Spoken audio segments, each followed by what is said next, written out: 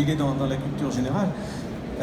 Méconnu plutôt parce que pas toujours lu aussi abondamment qu'on le souhaiterait, mais c'est un phénomène qui est en train de changer. Il y a eu un long purgatoire, il y a eu un désamour un petit peu vis-à-vis de ce genre d'écrivain et d'œuvres. Aujourd'hui, c'est pas le cas. On le réédite, on publie des livres sur lui, on réédite son œuvre, en collection de poche, on le traduit. Donc il y a réellement une actualité de Pierre Loti, on pourrait dire une modernité, mais n'abusons pas des mots. Et actualité qui est liée aussi au fait que cette année 2023, c'est l'année du centenaire de sa mort, au mois de juin, le 10 juin. Donc les centenaires, on aime bien ça, et donc c'est l'occasion d'expositions, d'émissions, d'éditions, etc.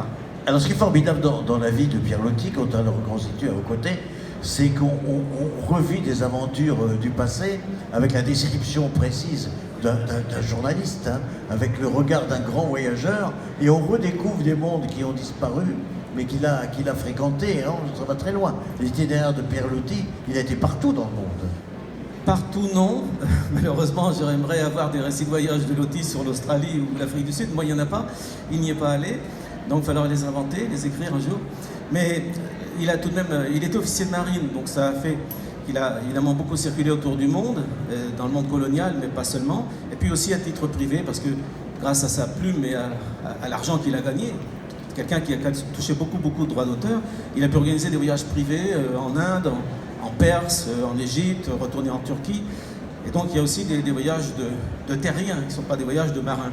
Mais c'est vrai que, mis bout à bout, c'est tout de même quelqu'un qui a été un vrai pèlerin de la planète. Et bah, c'est assez impressionnant aujourd'hui. C'est très impressionnant. Très impressionnant. Quand on redécouvre tous ses œuvres et tous ses récits et tous les endroits où il a été, c'est vrai que c'est un monde qui a disparu. C'est pour ça, c'est le monde un peu colonial, de la découverte du monde.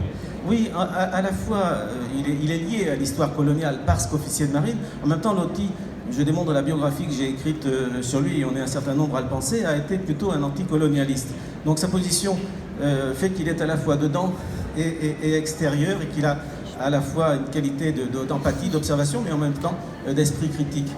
Et dans ses récits de voyage, dans ses reportages, dont on a réuni ici une sélection de sa prime jeunesse, on va dire, enfin, comme il est jeune officier de marine, hein, il a une vingtaine d'années, il publie quelques premiers dessins et premiers reportages jusqu'à la fin de sa vie, pendant la Grande Guerre, où là évidemment il est devenu célèbre, et ses reportages sont lus avec avidité par un large public, mais il porte sur le monde toujours un regard original, riche, littérairement toujours très beau, parce que c'est la plume de Loti. Et quand vous dites c'est un monde qui a disparu, il y a des permanences. On peut aller aujourd'hui sur l'île de Pâques avec le texte de Pierre Loti. On peut aller à Istanbul avec les textes de Pierre Loti. À travers ce qui change, il y a aussi de la durée et des permanences.